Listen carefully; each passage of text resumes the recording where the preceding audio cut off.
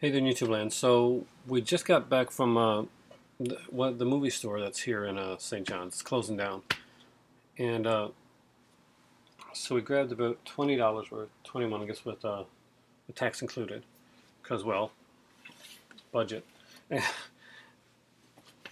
So I picked up a few like that I could not normally not afford, stuff I was interested in, stuff I really wanted to get. I had a lot more picked up, but again, budget. So seeing our store off was with some decent titles, some stuff that I've seen, some stuff that I haven't seen, and some stuff that I really wanted to add to my collection. So first up is by Mongrel, who a company that puts out a lot of really good stuff. Now this is definitely not the type that most people that watch my channel are into, but it's got a great cast. It had a really interesting storyline to it, and it's called Hate Ship, Love Ship. So not sure if you've seen that one. Kristen Wiig, Guy Pearce, Haley Steinfeld, Jennifer Jason Leigh, Christine Lahti, and Nick Nolte. So yeah, a Mongrel usually puts up quality independent stuff. So it's kind of I think a coming of age kind of story with a love story mixed in, kind of like there's a lot to it. So it's the only one really of that type that I got. Next up is I grabbed the because I've seen the first one and I've heard this one is better. I'm not sure how better it is, but it had a nice cover and for a good price. I want to check it out. I've actually been really interested in seeing this one. I didn't like the first one that much, but I watched it like 2 or 3 times because I like the concept of it. And it's the Purge Anarchy. So I'm hoping that in the sequel they can do more with the world of the Purge, which is so ripe to actually do stuff with. Hopefully they don't mess it up the second time around, because they had good actors in the first one, and they just didn't fulfill its potential. So hopefully this is going to fulfill the potential of the Purge, at least closer to it than the original did.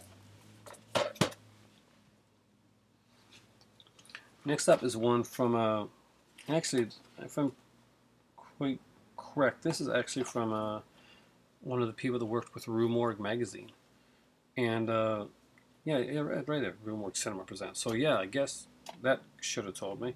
No, I didn't see it. It was so small on there. Anyway, it's a ghost story, and it's a really old school ghost story. It's definitely a really slow burn. So if you're looking for one with a lot of like blood and guts and like huge jump scares and stuff, this really isn't that type of film. It's more. It's meant to be more of an kind of a slow burn, an old school, and old fashioned type of ghost story. Really, and I've heard a lot of great stuff about it, so I finally wanted to check it out. And it's the Last Will and Testament of Rosalind Lee. So again, not for everybody. Clive Barker recommends this movie, so always a good thing. It's got a great cast.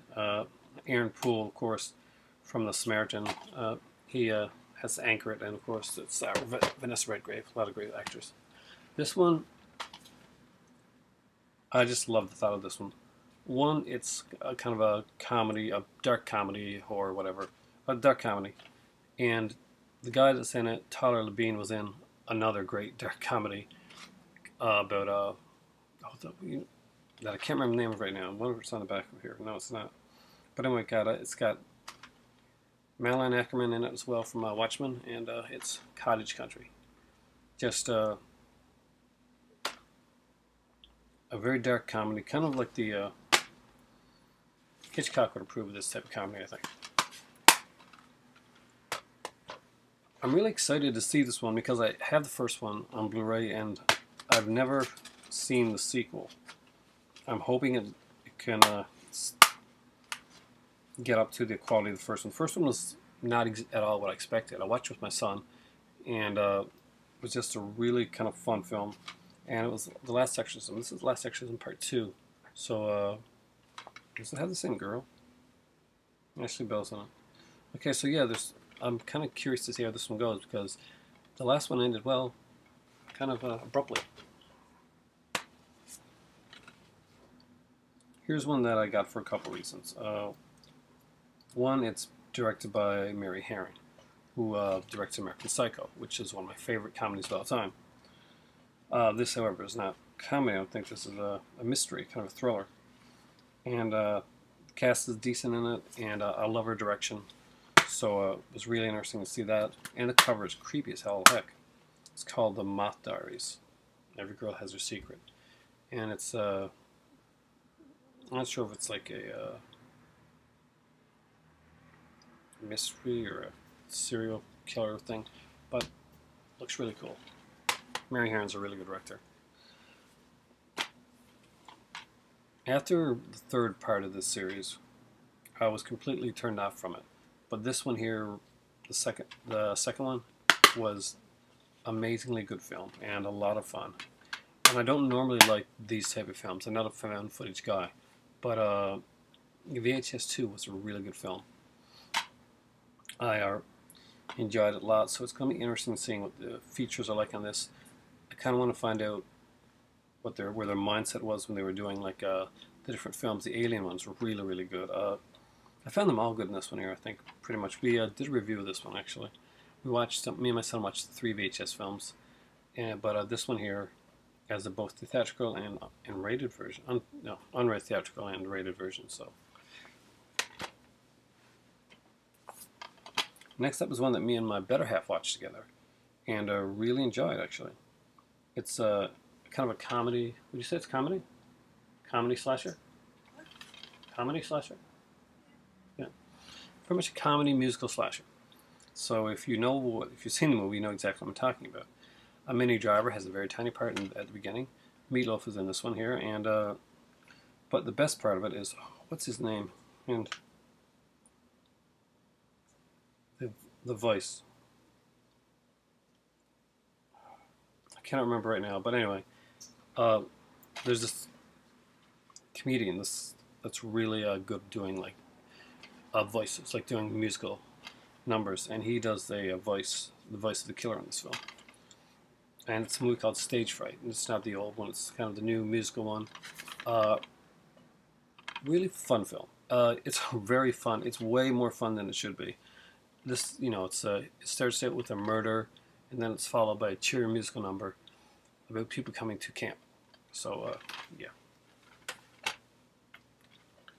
Next up is one that's been recommended to me a lot. I'm a big Nicole Kidman fan, and I like Mia Wasikowska, so I hope I get her name right there.